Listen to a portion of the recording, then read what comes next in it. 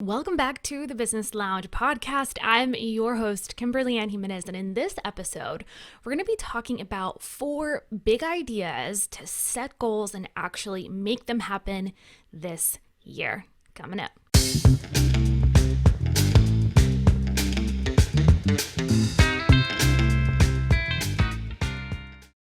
So guys, a happy new year. I'm so delighted to be publishing our very first podcast of the year. And of course, this is a time when we're all getting ready to set goals, set intentions, and really just crush it in the new year. With that comes a lot of interesting emotions, right? Some of us set, really extensive goals and have our own systems, and then others just don't, do goal setting at all because, maybe you've done goal setting in the past and you haven't actually stuck to your goals. You've set New Year's resolutions that didn't actually, get completed, and you just don't believe in resolutions anymore. But I'm here to tell you that goal setting is an extremely powerful process. There's a lot of research involved in that. In fact, I'm going to link to one of my favorite research studies by Gail Matthews. She has some really interesting information and some research around goal setting and the power of doing so. So if you want to check that out, definitely head over to the description box below. Of course, if you're listening to this while you're driving or just about your day, don't do that. Do it after the episode. But really exciting stuff about the power of goal setting, right? And writing goals down and how important that actually is, how it gets even more practical, and you can really increase your chances of achieving your goals by just sharing those goals with someone else, like a friend or a trusted colleague. And then, it really erupts your chances of accomplishing them when you set progress reports, right? Every single week you send them, a quick text message or an email, or you guys get together on a Zoom call and talk about, whether you've been able to achieve goal X. And so today we're going to really just break down this whole process of goal setting and give you 4 big ideas that I think you should be incorporating into your entire goal setting process, whether you've already set New Year's resolutions or not. This is going to be an awesome, totally packed episode. So before we dive in, I wanted to talk about, our loungers, our folks in our community inside the Business Lounge. We're going through this whole process together as a community. So if you're a member, definitely check out our Prosperous New Year workshop, where I have my exact template, the process that I personally go through with my husband, Chris, every single year. And it changes and we tweak it and improve it every single year. You're going to get the latest 2020 template, as well as a full workshop with loads of prosperous planning lessons, right? What we call this whole system of setting goals and being very intentional about doing so. So every single year, we actually have our yearly planning retreat. And what that entails is just us taking some time out. Usually it's 3 or 4 days to plan our entire year, our goals, not just in our business, but also our life, our financial goals, our wellness goals, our relationship goals. All of those goals are really important in our lives. And so we have a system of breaking it down and kind of reverse engineering that process. We do it every year, and it's something that I highly recommend that you go through. So we're going to be doing that as a community. You're going to get updates every single week. Actually, 2 of those updates have already gone out, and the workshop is ready for you. We're publishing new lessons every single week that'll help you access tools to help you stay accountable. So definitely check that out if you are a Business Lounge member. Now, idea number 1 when it comes to really just setting yourself up for success is taking that time out to go through your goals and be intentional about blocking out white space to do so. And I see such few people actually take this seriously. And I was one of them. I think until 2016. 2016 was the first year I actually did this intentionally, right? We would talk about goals and we would set goals, but it wasn't like a full retreat where I would go to a different location. Now we actually will go to a hotel or we'll fly to a destination, and now it's fancy, but it wasn't back then. It was just like coffee shop, library kind of thing, park. Starbucks, and that's totally fine. It's all about just getting outside of your environment and blocking out time in your schedule to actually have your planning day or days. We call it our planning retreat because it's multiple days. And so when you are actually taking, that special time to goal set, you're putting yourself in a totally different mindset. You're stepping outside the hustle and bustle, the grind, the to-do list, and all the things that are pulling at you from a different directions, and focusing on one strategic area of your business at a time. And so again, if you're a Business Lounge member, you have access to the whole template that'll literally guide you through, this is what you do when you're setting intentions for the year. This is how, you look at questions that you need to be asking yourself. This is how you review the previous year, what worked and what didn't. This is how you figure out your one thing. This is how you set intentions. This is how you, reverse engineer how you're going to feel at the end of the year. And then this is how you take goals and break them down into simple milestones. So if you have access to that, definitely check it out. But one of the things that I tend to really hear about and think about as we're going through this process is that most people, right, most entrepreneurs, they know what they need to do, right? You are usually tapping into some inner insight right now. You know what you need to accomplish this year. You probably already know or have a basic idea of the goals that you have in mind, whether you have written them down or not. However, common sense isn't always common practice. So it's really about getting yourself into this process, right? This mindset shift of being intentional and taking action towards your goals and connecting them. So taking this day or 2 or 3 to just go through this process, extremely important. Now, a lot of times, what I see when I'm coaching entrepreneurs or we're inside the Business Launch, most people get a legal pad and they write a New Year's resolution list, right? It's just a long list of things they want to accomplish. And there's nothing wrong with keeping it simple, right? And just having one list.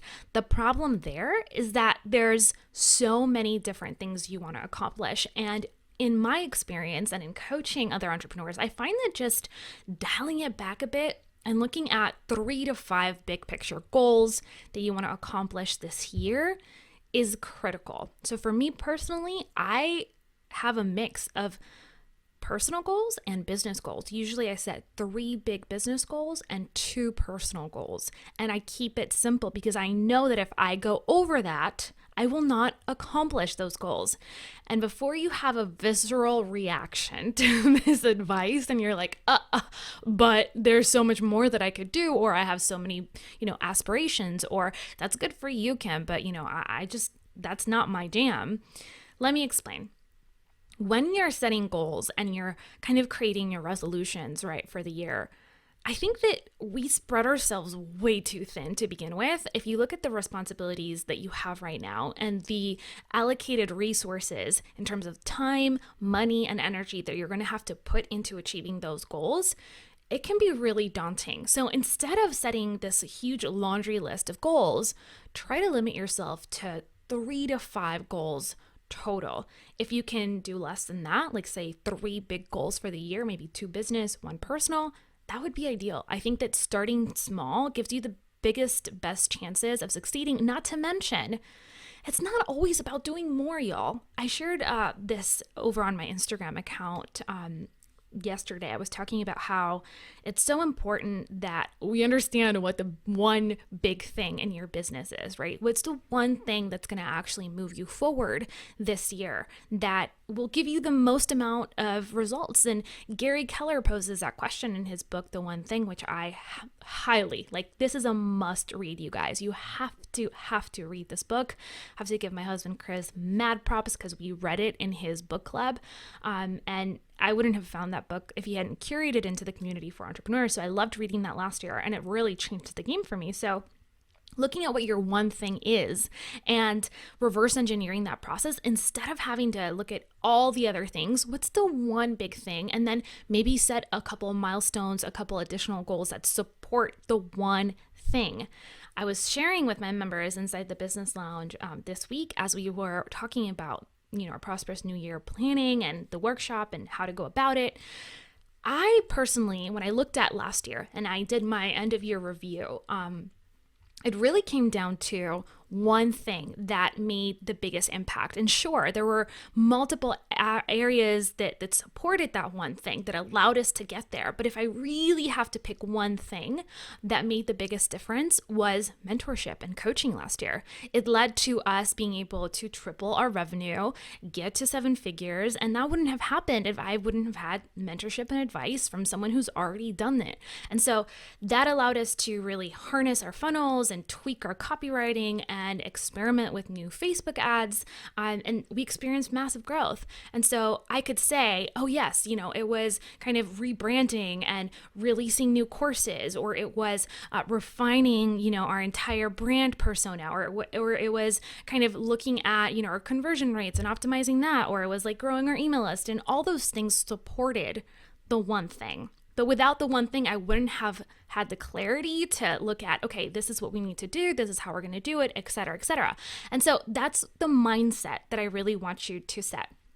Create a plan to look at your 3 to 5 big picture goals and then break it down into milestones. So let's say that your first goal is to reach your first 6 figures. That's a really big goal depending on where you're at, right? If you are just getting started and maybe you're like literally from 0, that is a huge goal. And personally, that would be my one business goal that year. Like there's so much that needs to happen in order for you to get to 6 figures. In all honesty, at least in my experience, getting from 0 to 6 figures was way harder than getting from 6 figures to 7. And that's because you're really just getting to know your audience. You're figuring out how to sell your product, your service, your program. And there's a lot that's involved there. So that would be my main thing, right? My one big goal. And then I would break that down into milestones. Okay, what needs to happen in order for me to actually reach that goal? Do I need to actually sign more clients? And what is that magic number? Right now, I'm making X amount of revenue every single month. So adding 3 to 4 clients would actually get me to that goal. Awesome. So what does that mean? I need to do more marketing, or I need to do more outreach, or I need to do more collaborations. Okay, more collaborations is too vague. Let's get really specific. I need to be reaching out every single day to at least 2 people who could connect me with the right leads, for example. So breaking it down, going through that process of setting up tangible, actionable tasks and milestones and projects that lead to your big picture goals, super important. Now, the next big idea is to set annual, quarterly, monthly, and weekly goals. And here's the kicker, that actually connect to each other. Let me explain. So when you're setting your big picture goals and you don't have a system to work on those goals on a daily basis, you are literally going to be all over the place. Like you are going to be spread super thin, and you're not going to be focused at all on the things that actually matter this year. So when I started implementing this system, I'm telling you guys, it changed my business. And I have to give credit to Full Focus Planner for introducing me to, an actual workflow that helped me tie in all those goals. Before, I would have a basic idea, but I wasn't doing my weekly review, my monthly review, my quarterly review. And that really helps solidify this entire process. And I'm not sponsored by Full Focus Planner or Michael Hyatt, although I probably should be because I talk about it all the time. You guys already know. So I will definitely link a review that I did on Full Focus Planner and that entire goal setting system. You can check that out. I have a full video that'll walk you through that process. And I get questions every single day about this. Yes, I still use my Full Focus Planner. In fact, I will probably take a picture of I literally have 8 planners. So I've been doing it for 2 years and it's been a huge game changer for me. So really looking at your big picture goals and then figuring out how you're going to set daily tasks that connect to that annual goal. Because more often than not, our annual goals are so big picture, so huge, so important too. And we don't look at ways that we could be working towards that goal every single day. So I love how Gary Keller talks about this entire process of figuring out what your one thing is. and really just looking at what is your one thing as a big picture, right? Like what's the one thing this year that you could do that would make, everything else in your business easier or completely unnecessary, right? Huge question, very powerful question. And then what is your one thing right now? So what's your one thing today? What's the one thing you can do that'll help you get closer to your big picture one thing? And so having a system that allows you to say, okay, these are my goals for the entire year. These are my annual goals. Usually I'll have one quarterly goal and then one bonus stretch goal, whether it's personal or business. So I'll say, okay, quarter one, I want to be here. Quarter two, I want to be here. 3 and quarter 4, right? Very simple. And then we'll go and break that down into monthly goals. Okay, so what needs to happen? What are 3 things that need to happen month 1, 2, and 3 so that, I can actually achieve that goal by the end of the quarter. And then you reverse engineer that, right? It's okay. So I have my actual monthly goals now, and I can go in and say, okay, week 1, week 2, week 3, and week 4, these are the things that need to happen, non-negotiables, in order to hit my monthly goal. It's that simple. But again, common sense isn't common practice, which means that most of us know that this is an important system. We're just not implementing, we're just not doing it. And so I really want to challenge you. Did you actually set annual goals last year, number 1? And then did you break them down into quarterly goals that connected to your monthly, that connected to your weekly, that connected to your daily?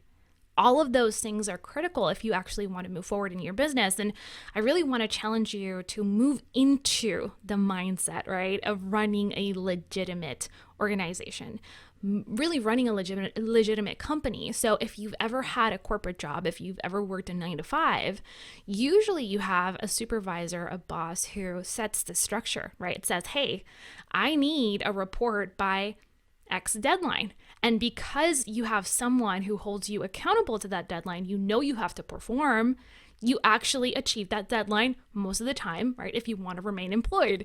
Now, when we are running our own organizations, where we're running our own brands, our own companies, it can be really challenging to stay accountable because there isn't a boss all of a sudden, right? There isn't someone who's saying you have to reach this specific milestone, you have to complete that project, you have this specific task due.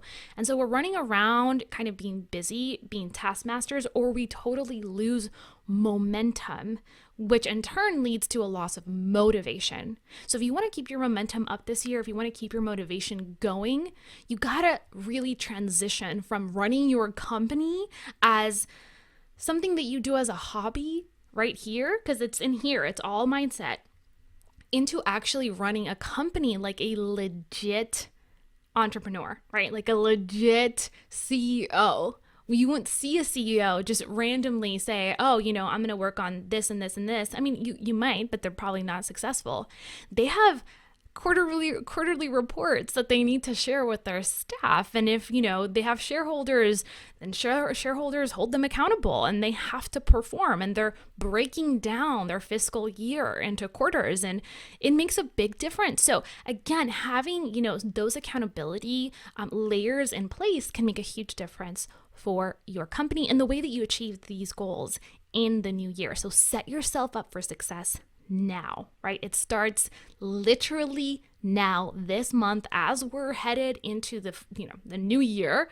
It's all about setting yourself up for success before you actually, notice it's freaking quarter 3 and you haven't accomplished the things that you set out to accomplish this year. Now I'm going to take a quick tea break because y'all know this show is all about the tea. And today I'm actually drinking raspberry tea. I have been all last week, we were meeting with our wellness team, and my doctor actually had us take a food sensitivity test. And y'all know I love ginger tea. It's my jam. It's amazing. Turns out I've been pounding my face with it so much that I developed a serious sensitivity to ginger. And so the nutritionist was like, okay, you need to dial it down from like 3 cups a day to like 1 a day. So I'm switching it up today. I have raspberry tea. I love this stuff. And I got a little bit of lemon in here. Really good. Let me know what you're drinking in the comment section below. You know that I love hearing all about what your favorite beverage is as you listen to the show or watch the show on YouTube. So keep me posted below.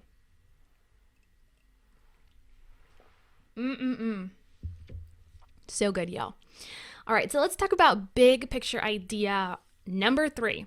And that's to look at your goals every single day. I know, novel concept, Captain Obvious here, but do you actually do it? Do you actually look at your goals every single day? Again, looking at Full Focus Planner, I love that thing. It just really sets you up for success. And so that's one of the things that Michael Hyatt really stresses. And if you haven't read his book, Your Best Year, I think it's Your Best Year Ever. Definitely check that out. We'll link it in the resources below as well. But really just looking at what is it that I want to accomplish and reminding yourself what you want to accomplish every day intentionally is really important. Remember, out of sight, out of mind. So whether you have a planner like I do, Full Focus Planner has this, many other planners do too, where you set your annual goals and you make it a part of your daily work prep ritual, right? To look at your goal, it takes 30 seconds. Look at your annual goals and just sit there for a second, maybe do a little bit of visualization or set some intentions for the day. That could be a really awesome 30-second, 1-minute exercise that will keep you totally motivated and focused as you move forward through the year. Now, you can also take it to the next level, and this is something I highly recommend, and print out your goal. Like whether you want to, hang it in your office, if that's something that would really help you, or write it in your mirror, or just keep it somewhere in a sticky note on your desktop. It's so important that you're constantly reminded visually that your goal exists and that you're working towards it. Again, it'll keep you super focused throughout the year, and that's exactly what we want, what we need.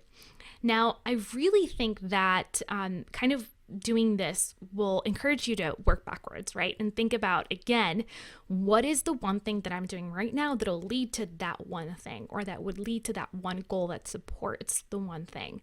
Super critical and super important. And then big picture idea number 4 is to really set up a morning and an evening work routine. And whether you're prepping for the day really early in the morning, or you're a weekend warrior, or you're a nighttime warrior, it really doesn't matter. It's not about, kind of having these strict rules. It's just about finding what works for you. So let's say that you start your day off right now by just turning on your computer and just kind of scrolling through social media to see some updates, or checking email, or kind of writing out your to-dos. You got to have a clear morning prep routine. And even if it's not morning, it's a work day start routine, right? So something that triggers the beginning of your day, because you want to set yourself up to win no matter what. And I really want to encourage you to start thinking about how you can set yourself up strategically to get into work mode, and then how you can close out your work day.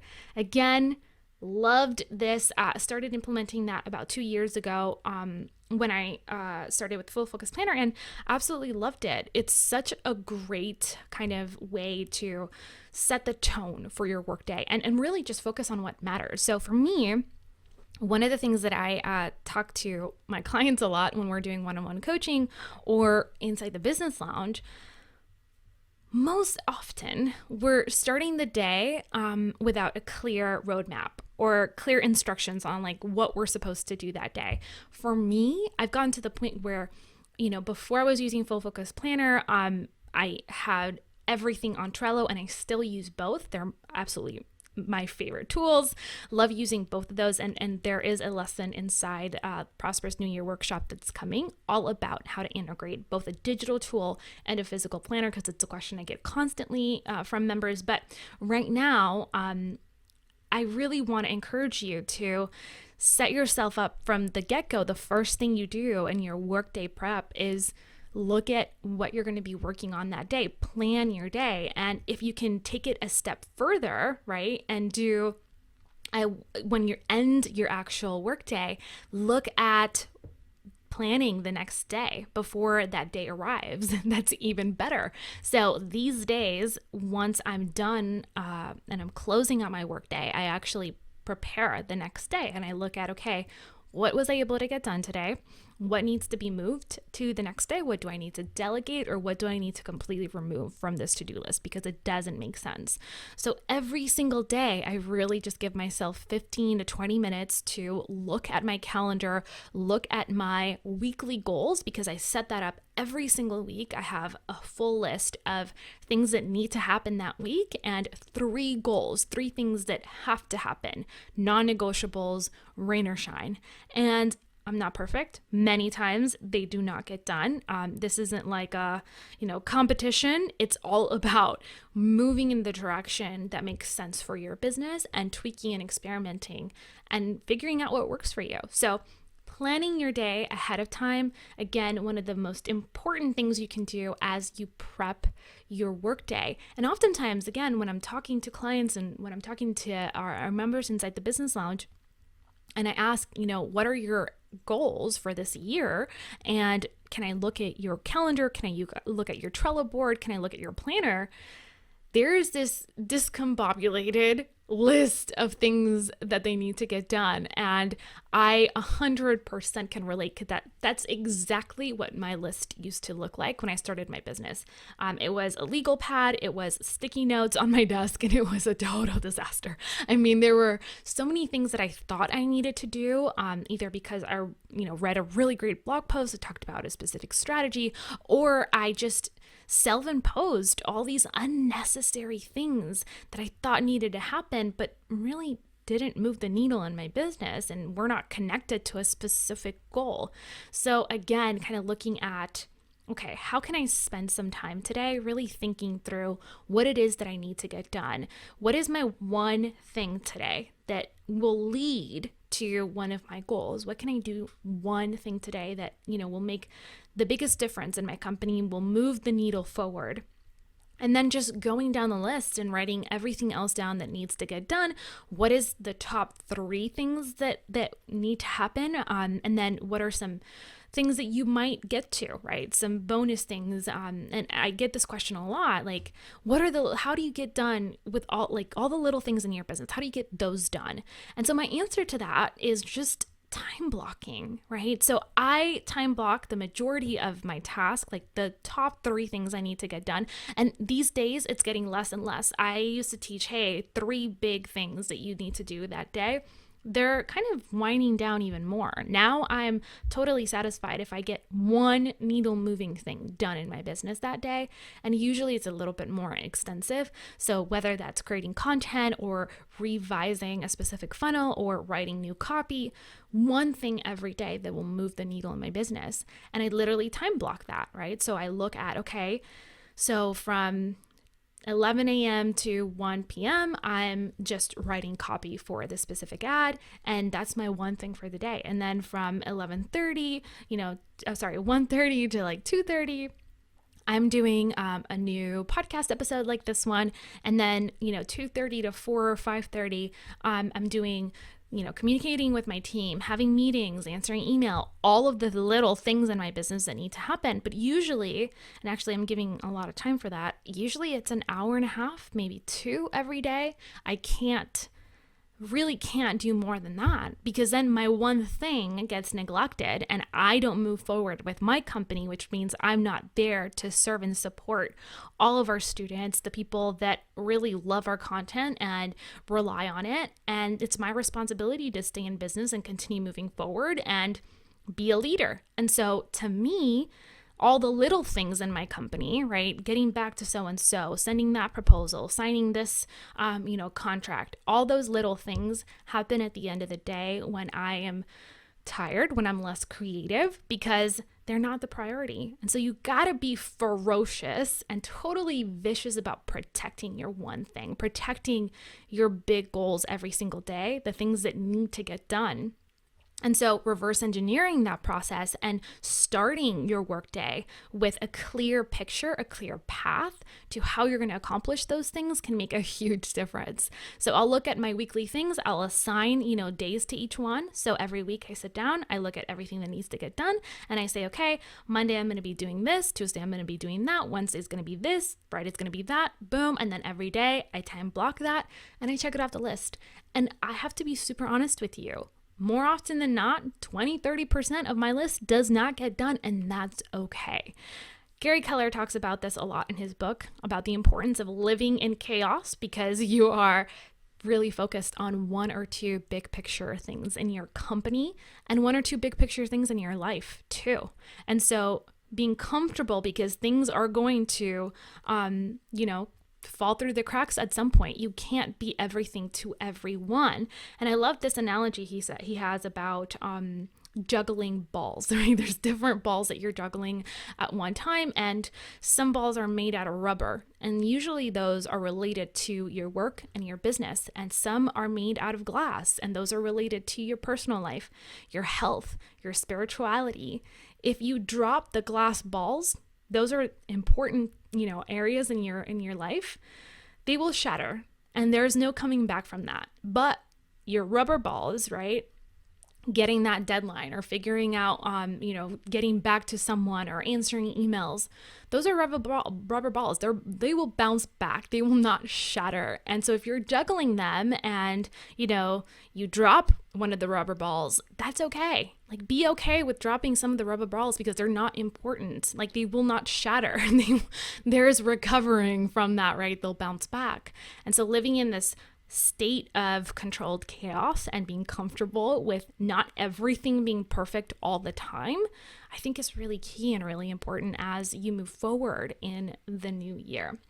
And I think the last, kind of idea that I have around setting goals and really looking at that process is to protect your time like it's going out of style. Like, literally, you will not get it back, because that's the reality. Protect your time as much as you can. And I was reading some stats around where people are spending the most amount of time every single day. And turns out that there was a survey that came out in 2018 talking about how the average person spends 2 hours and 22 minutes every single day scrolling through social media.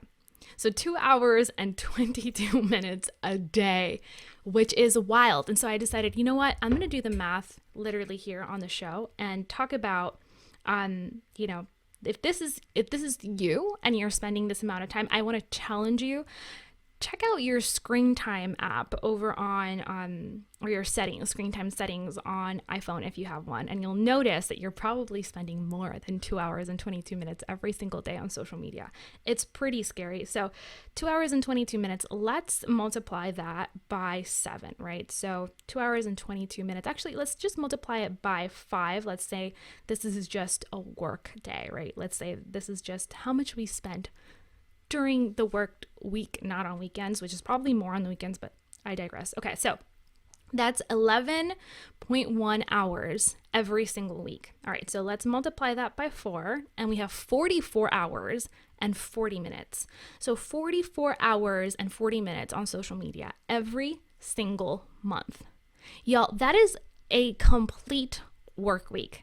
So every month, if you're spending 2 hours and 22 minutes or more on social media every day, that is a full work week that you have lost to just scrolling and discovering content and being entertained and not being productive. Here's the deal. As entrepreneurs, and I see this all the time, we are creators. You need to stop consuming content and start creating it yourself. Like, you're not getting that time back. It's not serving you. And I'm not saying you can't be on social media for fun. I love following pages and disengaging through social media that I, love around my hobbies that just relax me and help me unwind. But it's not something that I just do because I want to waste time. I am so anti-phone, you have no idea. Like, I am never on social media unless it's about work or this is my personal private time to disengage at night. During the day, I am just not on social media. I don't turn on my phone. Well, I have my phone on, but I don't turn on my notifications. I have it on sleep mode the entire time. And that way I don't get disrupted by the million notifications that come my way every freaking second of the day, because that's my job. But I'm very clear that I'm a creator. I'm not a consumer. And the minute I jump on Facebook, I know that I'm just going to get sucked into the vortex of funny videos or sad videos or crazy political stuff. So I just don't even open the app. I just don't. You know, if I'm checking Facebook, I'm checking my Facebook groups, I'm answering questions, I'm engaging with my community, I'm working. And even that is totally scheduled. I do that once a day at the end of the day, and that's pretty much it. So looking at this number, I want to challenge you to do the math and figure out how much time you're spending on social media and use that time wiser, right? More wisely. I can't tell you how many times I hear the excuse of, I just don't have the time. I just don't have the time to create more content. I don't have the time to edit my videos. I don't have time to set up a blog. I don't have time to set up a newsletter or create a website or really run Facebook ads. But you do. It's about creating the time, right? It's about being strategic with where you're placing your priority. Because if you really want something, you will find the time and the energy to do it. So going back to the numbers, I want to just close with this. So 44 hours every single month, right? Do you want to know what that is in a year? That's 532 hours. 532 hours. If we divide that by 24 hours in one day, it means we spent 22 days, 24 hours in 22 days on social media. That's wasted time, wasted energy. Do you know how much you can accomplish in that time? Do you know how many projects and milestones and goals you can achieve if you just use your time in a more productive, wiser way? Guys, let's shift into really becoming creators instead of just becoming consumers. And if you are going to follow people on social media, make sure that they're adding value to your lives, right? They're making you a better leader, they're making you a better marketer, a better entrepreneur, a better person, a better mom, a better dad, a better husband, that you're really just consuming information that you can apply into your company or into your daily life. So I just want to leave you with that. I hope these 4 ideas really resonated with you. If they did, I would love to hear from you. Let me know in the comment section below. What is your one thing this year? What's the one thing that you've identified this year that would make everything else easier or just unnecessary? Totally need to throw in Gary Keller's question because I think that it's a really good one for you to answer this new year. And of course, if you're a Business Launch member, don't forget to check out the Prosperous New Year Planner. We're diving into that workshop as a community this month, and I'm just having a blast going through that process with you. So definitely check that out. If you haven't subscribed to our podcast episodes, definitely check out the Business Launch podcast on iTunes or Spotify. You can subscribe. And if you're on YouTube, definitely give us a thumbs up and subscribe to the channel so you never ever miss another episode. Thank you so much for watching. I will see you in the next Business Lounge podcast. I hope you enjoyed it. And until then, keep moving forward. In this new year, I want you to literally build a joy-filled, fulfilling life. And that only happens when you're intentional about designing the life of your dreams. So can't wait to support you. Can't wait to hear all about your progress this year. And I'll see you in the next episode. Bye for now.